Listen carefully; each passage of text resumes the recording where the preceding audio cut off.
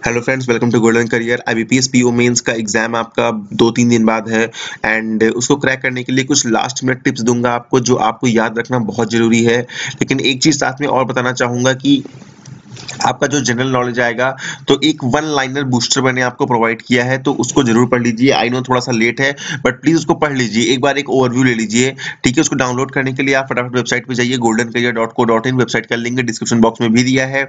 Study material पे click करेंगे तो ये पेज ओपन होगा जो मैंने ओपन किया हुआ है। यहाँ पर ढेर सारे आपके एडवर्टाइजमेंट डिस्प्ले हो रहे होंगे, तो प्लीज़ किसी एक या दो ऐड पे क्लिक करिएगा एंड क्लिक करने के बाद ये है आपका आईबीपीएस पीओ के लिए वन लाइनर बूस्टर। इसको जरूर पढ़ लीजिएगा, भले आप ना याद करें ना 4 बार पढ़ पाए, एक बार पूरी बुक जरूर पढ़ लीजिएगा। ये पीडीएफ बहुत इंपॉर्टेंट है एंड इससे क्वेश्चन आपके एग्जाम में आएंगे। तो उम्मीद करता हूँ इसे आप पढ़ लेंगे एंड इसको आप डाउनलोड जरूर करेंगे। डाउनलोड करके रखिएगा, नहीं 2 दिन है, बहुत आराम से पढ़ सकते हैं, ठीक है। 15, 20, 30 पेज भी पढ़ लेंगे एक दिन में तो हो जाएगा, सिर्फ आपको ओवरव्यू लेना है। चलिए वापस आते हैं लास्ट मिनट टिप्स पर एंड प्लीज डाउनलोड करने जाइएगा तो 1-2 ऐड पे जरूर क्लिक कर दीजिएगा, आपका सपोर्ट बहुत जरूरी है। देखिए, आईबीपीएस पीओ मेंस, ठीक है, अगर लास्ट के 2-3 सालों का आप पैटर्न देखेंगे तो एक चीज पता चलेगी कि कट ऑफ लो रहती है, कट ऑफ बहुत हाई नहीं जाती है, ठीक है। कट ऑफ ऐसा नहीं होता है कि 120 गई है, 125 गई है, 135 गई है, कभी होता है नहीं होता है। कट ऑफ आपकी 60 से 85 के बीच रह जाती है, ठीक है। ऐसा क्यों होता है? होता इसलिए है क्योंकि आईबीपीएस आपकी स्पीड को टेस्ट नहीं करना चाहता है। आईबीपीएस आपके कॉन्सेप्ट को टेस्ट करना चाहता है, आपके कॉन्सेप्ट कितने अच्छे से क्लियर हैं और आप चीजों को कितने अच्छे से समझ कर आए हैं, ना कि आप चीजों को रट के आए हैं, ठीक है। एंड जीके आपने कितना अच्छे से पढ़ा है, ये सब चीजें आईबीपीएस टेस्ट करना चाहता है, ठीक है। अगर बहुत ही डीप स्टडी अच्छे से की जाए तो कट ऑफ शायद थोड़ी हाई जाती, लेकिन होता ये है कि हम लोग सब स्पीड पे फोकस करते हैं, इसलिए कट ऑफ लो जा रही है, क्योंकि पेपर टफ आता है और उस लेवल के क्वेश्चन मैक्सिमम कैंडिडेट्स जो है वो नहीं कर पाते हैं।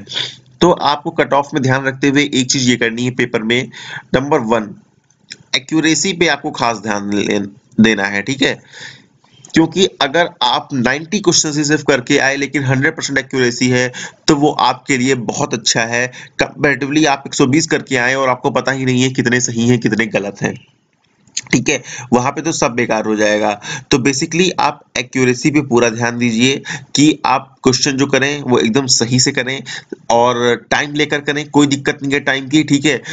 इनफ टाइम होता है आपके क्वेश्चन करने के लिए।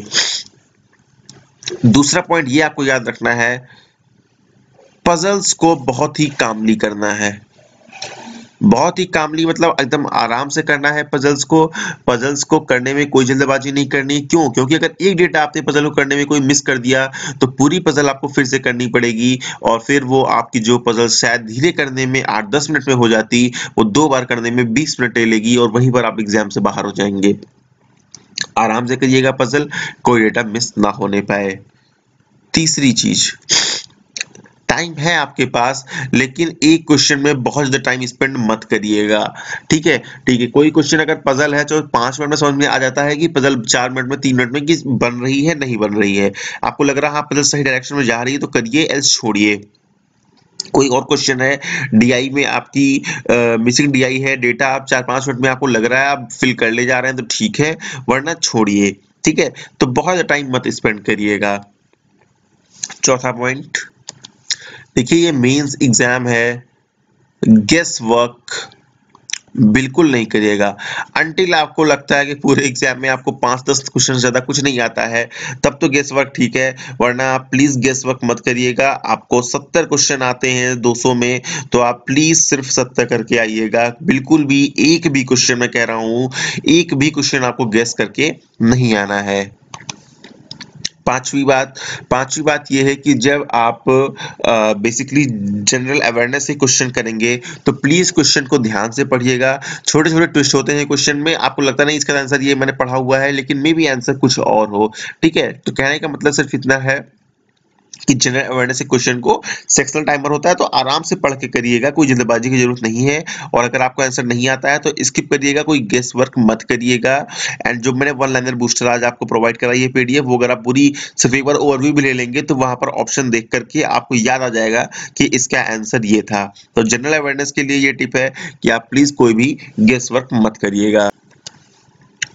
नंबर 6, इंग्लिश को आप पढ़ के जैसे मन है करिए, लेकिन इंग्लिश अगर ज्यादा नहीं आती है तो मैक्सिमम टाइम कहाँ पे स्पेंड करिएगा? पैराग्राफ में एंड पैराजंबल में। अगर ये दोनों आपके एग्जाम में आ रहे हैं, पैराग्राफ एंड पैराजंबल, मतलब रीडिंग कंप्रहेंशन एंड पैराजंबल, तो इन पर मैक्सिमम टाइम स्पेंड करिएगा जितना भी आपका इंग्लिश के लिए टाइम है। क्यों? क्योंकि अगर आपको भाई इंग्लिश वैसे भी नहीं आ रही है समझ में पेपर में, बाकी चीजें तो आपने कर ही ली, स्पॉट द जो आता था तुरंत, लेकिन पैराग्राफ में देखो क्या होता है, आपको पढ़ के आंसर वहीं पे मिलेगा। तो मे भी आप ध्यान से पढ़े, 2-4 क्वेश्चन के आंसर मिल जाए। ठीक है, पैराजंबल में क्या होता है, मे भी आप रीअरेंज करने कुछ पैराग्राफ बन जाए। ठीक है, तो पैराग्राफ एंड पैराजंबल पे सबसे ज्यादा टाइम इन्वेस्ट करिएगा। बाकी स्पॉट द एरर आते हैं, बाकी जो भी आती है इंग्लिश में बाकी चीजें, कोई क्लोज आता है तो ठीक है, फ्रेज रिप्लेसमेंट आता है तो ठीक है। ठीक है, वो तो आप तुरंत देख के कर लेंगे, अगर आपको आता है तो ठीक, नहीं आता है तो स्किप। ठीक है, और तो उसमें कुछ करना नहीं है। लेकिन पैराग्राफ ऐसा होता है रीडिंग कंप्रेशन में जहां आप टाइम इन्वेस्ट कर सकते हैं, कि अगर हम टाइम इन्वेस्ट करेंगे तो आंसर मिलेगा, ऐसी बात नहीं है।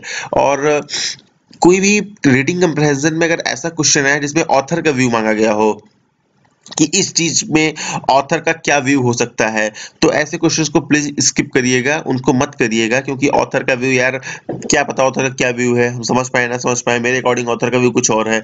ठीक है, तो वो चीजें स्किप करिएगा। थोड़ा सा वो ऐसे क्वेश्चंस होते हैं ट्रिकी कि कभी कभी गलत हो जाते हैं, तो उनको अवॉइड करना ही आपके लिए ठीक है। नेक्स्ट ये है कि देखिए, आप सेक्शन चूज खुद नहीं कर सकते हैं। मैथ पहले करेंगे, इंग्लिश पहले करेंगे, ये आप चूज नहीं कर सकते हैं। जो सेक्शन पहले डिस्प्ले होके आएगा वो आपको करना है। ठीक है, तो पहले वो क्वेश्चंस करिएगा जो आप श्योर हैं कि 100% सही है। ठीक है, फिर आपको इधर पता चल जाएगा कि कितने क्वेश्चन आपसे हो गए हैं। सपोज एग्जांपल दे रहा हूँ, 40 क्वेश्चन है इस सेक्शन में। ठीक है, आपने ग्रीन वाले देख लिए यार कि 27 तो मेरे हो गए हैं सही। ठीक है, तो उसके बाद रिलैक्स हो जाइएगा, कोई क्वेश्चन करने की कोशिश जरूर करिएगा, लेकिन कोई भी क्वेश्चन थोड़ा बहुत डाउट है ना तो वो भी मत करिएगा। गलत एक नंबर भी आपको नहीं लाना है। लेकिन अगर आपने टाइम इन्वेस्ट किया, देखा यार 40 क्वेश्चन है, मेरे 6 क्वेश्चन ही हो पाए हैं जो 100% सही है, तो फिर आप देखिएगा कि किस किस क्वेश्चन में आप गेस कर सकते हैं, मतलब कौन कौन से क्वेश्चन आपको लग रहा है कि हाँ ये हो सकता है, शायद मैंने कहीं पढ़ा है, या आंसर थोड़ा बहुत मैच कर रहा है कैलकुलेशन में, तो आप वो टिक करके आ जाइएगा। लेकिन अगर आप एक अच्छे अमाउंट में क्वेश्चन कर रहे हैं किसी एक सेक्शन में तो प्लीज कोई भी गेस वर्क नहीं, कोई भी फालतू का काम नहीं। क्योंकि यार एक क्वेश्चन सही कर लोगे, 5 गलत कर लोगे तो फायदा क्या होगा? कोई फायदा नहीं होगा ना। तो आपको बेसिकली बहुत ही दिमाग से पेपर देना है। कट ऑफ लो ही जाएगी, आप मानिए। अभी कट ऑफ प्रेडिक्ट नहीं की जा सकती है, लेकिन जो आईबीपीएस पीओ मेंस का ट्रेंड रहा है पेपर का टफ आना, तो कट ऑफ लो ही जानी है। या थोड़े थोड़े क्वेश्चन करोगे तो भी हो जाएगा। ठीक है, कुछ रीजनिंग में कर लोगे, कुछ मैथ्स में कर लोगे, कुछ आप जीए में कर लोगे, कुछ इंग्लिश में कर लोगे, और मिला जुला के आपका काम हो जाएगा। ठीक है, अब बात करते हैं और थोड़ी सी बात कर लेते हैं आपके रिटन एग्जाम की भी। ठीक है, रिटन एग्जाम में आपका जो भी आएगा उसमें कुछ भी डिफिकल्ट नहीं आना है। अगर आप न्यूज़पेपर कॉन्टिन्यूस पढ़ रहे हैं, जो कि मैं पहले से कहता आ रहा था, तो फिर आपको कोई दिक्कत फिलहाल नहीं होने वाली है। लेटर राइटिंग में उम्मीद करता हूँ कि 10-15 तरह के लेटर आपने पढ़ लिए होंगे। अगर नहीं पढ़े हैं तो प्लीज अब पढ़ लीजिए। ठीक है, डिफरेंट डिफरेंट टाइप के लेटर्स पढ़ लीजिए, बाकी मिला जुला के वहां लिख देंगे। ठीक है, 2-4 तरह के लेटर का फॉर्मेट भी अगर याद होगा तो वहां पर आप लिख दोगे। ठीक है, एप्लीकेशन राइटिंग अगर आती है तो एप्लीकेशन भी 4-6 तरह की आप गूगल पे सर्च कर लीजिए कि कैसे एप्लीकेशन लिखते हैं किस चीज के लिए, और 2-4 तरह का फॉर्मेट आप याद कर लीजिए। एक बार आपको याद हो गया, फिर वहां पे जो आएगा, अगर कोई नोन पढ़ा हुआ आ जाता है तब तो आप आसानी से लिख लेंगे। कोई टॉपिक पढ़ा हुआ नहीं आता है लेटर और एप्लीकेशन लिखने को, तो पुराना जो आप याद करके गए हैं, जो फॉर्मेट आप पढ़ के गए हैं, उससे रिलेट करके आप चीजों को लिख लेंगे। ग्रामेटिकल एरर का ध्यान दीजिएगा कि जो आप रिटन एग्जाम करें उसमें ग्रामेटिकल एरर जितनी कम से कम हो पाए उतना अच्छा है। अगर कोई भी ग्रामेटिकल एरर ना हो तो बहुत अच्छी बात है। स्पेलिंग का भी ध्यान दीजिएगा कि कोई भी स्पेलिंग गलत ना हो, तो ये भी आपके लिए काफी अच्छा होगा। तो उम्मीद करता हूँ ये छोटी छोटी चीजों को ध्यान में रख करके आप अपना आईबीपीएस पीओ मेंस का एग्जाम बहुत ही अच्छे से दे पाएंगे। एंड अगर आपको ये वीडियो अच्छा लगा है तो फिलहाल अच्छा तो लगा होगा, उम्मीद करता हूँ लाइक कर दीजिएगा। एंड अब फटाफट आप वेबसाइट पे जाइए एंड वन लाइनर बूस्टर अपने मेंस के लिए डाउनलोड कर लीजिए जीए का, एंड 1-2 ऐड पे जरूर क्लिक कर दीजिएगा, क्योंकि आपके सपोर्ट के बिना ये वेबसाइट नहीं चल पाएगी। कोई और डाउट है आपको एग्जाम को लेकर के या कुछ और आप पूछना चाहते हैं तो आप बेशक कमेंट बॉक्स में कमेंट कर सकते हैं। हम कोशिश करते हैं कि सब कमेंट का रिप्लाई करें आपके, ठीक है? या फिर नहीं अगर रिप्लाई कर पाते हैं तो नेक्स्ट वीडियो में वो चीज़ क्लियर कर दें कि कोई ये पूछ रहा था तो उसका आंसर क्या होगा। Thank you and all the best for your exams.